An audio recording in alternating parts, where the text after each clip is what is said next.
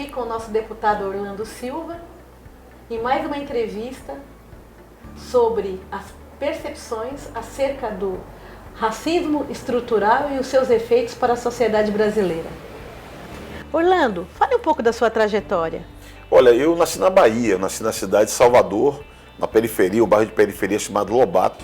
E muito jovem, com 15 anos, comecei a participar do movimento estudantil porque eu percebi que eu tinha que brigar para melhorar a minha escola. E aí fui despertando para a política, entrei na universidade, continuei atuando, fui do centro acadêmico, do Diretório Central dos Estudantes, e aí vim para São Paulo, ser da União Nacional dos Estudantes. Fui daquela geração cara pintada.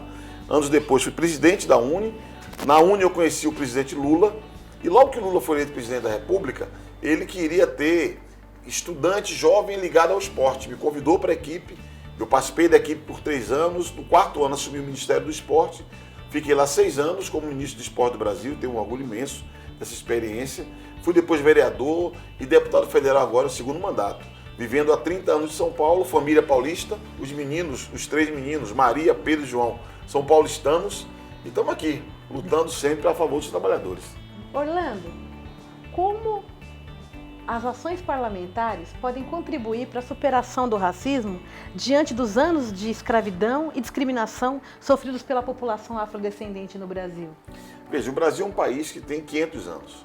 Desses 500 anos, 400 foram de escravismo, índio e negro. Isso produziu um padrão na sociedade brasileira, uma estrutura, em que a sociedade brasileira é segmentada e o povo negro acaba ficando sempre no final da fila. Eu sempre digo que é importante ter cotas, ter ações afirmativas, porque se for apenas aguardar a universalização de direitos, uma hora chega para os negros, mas vai ser na última hora. Por isso que cotas, ações afirmativas servem como uma via rápida para antecipar a confirmação desses direitos. O parlamento ele pode votar leis que garantam respeito aos direitos do povo negro brasileiro. As experiências de cotas nas universidades, de cotas no serviço público, são experiências de ações afirmativas que promovem a igualdade. Porque o que nós queremos, como negros, é oportunidades iguais. E o parlamento deve ecoar esse grito de oportunidades iguais que o povo negro brasileiro faz. Nós sabemos a relação que tem da violência, do preconceito, com, na verdade, o grupo afrodescendente. E aí eu gostaria de saber qual é a relação de vocês, parlamentares, juntamente com esses movimentos sociais. Olha, eu acredito que não faz sentido ter um mandato parlamentar sem relação com o sindicato, com os movimentos sociais de combate ao racismo, de combate ao machismo, à homofobia, sem a defesa dos direitos humanos. Então, para nós, é absolutamente fundamental que o mandato, e assim eu procuro atuar, esteja umbilicalmente ligado aos movimentos sociais. Até porque, no parlamento, você acaba tendo uma maioria conservadora. Porque para eleger um deputado, um senador, é duro, é difícil, exige muito investimento, muita mobilização. Então, se você não tem um pé no parlamento e um pé na rua, você não alcança o seu objetivo.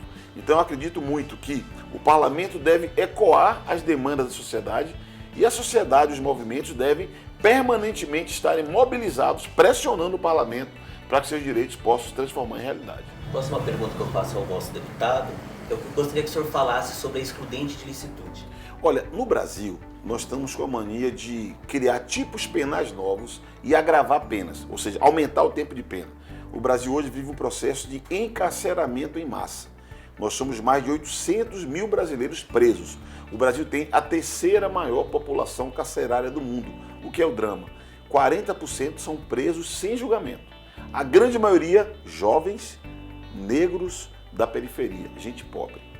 E o governo está propondo uma série de medidas que vai ter como efeito prático a ampliação do encarceramento. Isso é muito grave. E junto com essa ampliação do encarceramento, medidas para legitimar a violência policial. Para você ter uma ideia, chegaram a propor alterar o chamado excludente de licitude, que é quando a lei permite que o agente público ou até a pessoa individual pratique um ato sem ser punido. Hoje, o Código Penal, nos artigos 23 e 25, fala que não há ilicitude, ou seja, você não comete crime se você age em legítima defesa, em estado de necessidade, no estrito cumprimento do dever legal ou no exercício regular de direito.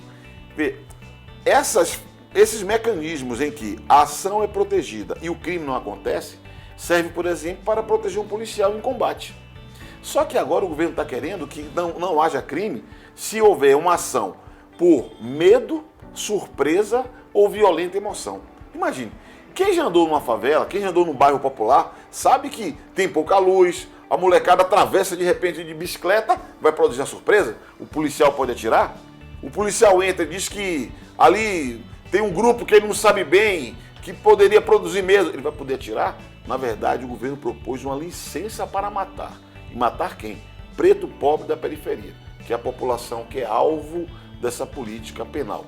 Por isso que é muito grave, lá no grupo de trabalho está debatendo o tema, nós conseguimos retirar do texto e a nossa luta vai ser no plenário da Câmara e do Senado para não deixar que seja aprovada essa licença para matar e nós possamos barrar o genocídio que vive a juventude negra e pobre do Brasil. Orlando, sabemos que são os negros, são as mulheres, é a juventude que mais falece diante da violência e mais sofre diante do empobrecimento. Por favor, deixe uma mensagem para nós, trabalhadores e trabalhadoras em telemarketing, que na maioria das vezes os call centers são formados realmente por afrodescendentes, principalmente as mulheres, e nós precisamos saber o que esperar desse futuro, qual é a luta do parlamento, dos movimentos sociais em prol da igualdade. A luta que o Sintratel faz, eu acompanho desde o começo, é uma luta muito importante. E a luta particularmente para a defesa dos jovens, das mulheres, dos negros, da comunidade LGBT, que são segmentos que ficam expostos na sociedade, travar essa luta é muito importante. Elza Soares, de modo dramático, uma vez cantou que a carne mais barata do mercado é a carne negra. O que ela quer dizer com isso? Nós somos as vítimas principais do sistema econômico e político do Brasil. Nós resistimos nas formas diferentes. Houve um tempo que a nossa resistência era nos quilombos de Palmares. Houve um tempo que a nossa resistência foi formando o movimento negro brasileiro.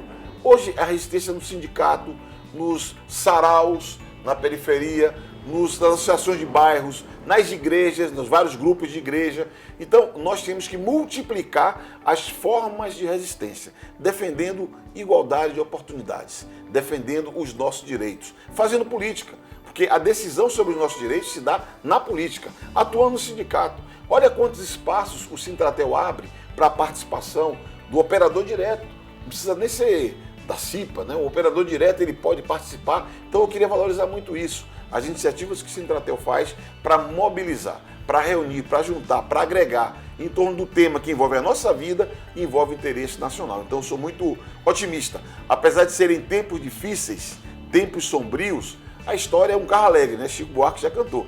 A história é um carro alegre, cheia de gente contente, que atropela quem a negue. Então temos que ter fé no futuro, fé em Deus e batalhar, lutar com o nosso povo por dias melhores. Muito obrigado, foi um prazer entrevistar o nosso deputado Orlando.